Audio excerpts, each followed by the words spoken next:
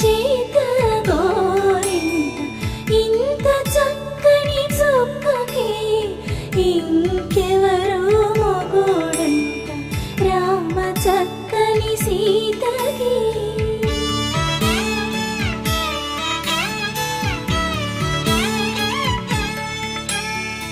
ఉడత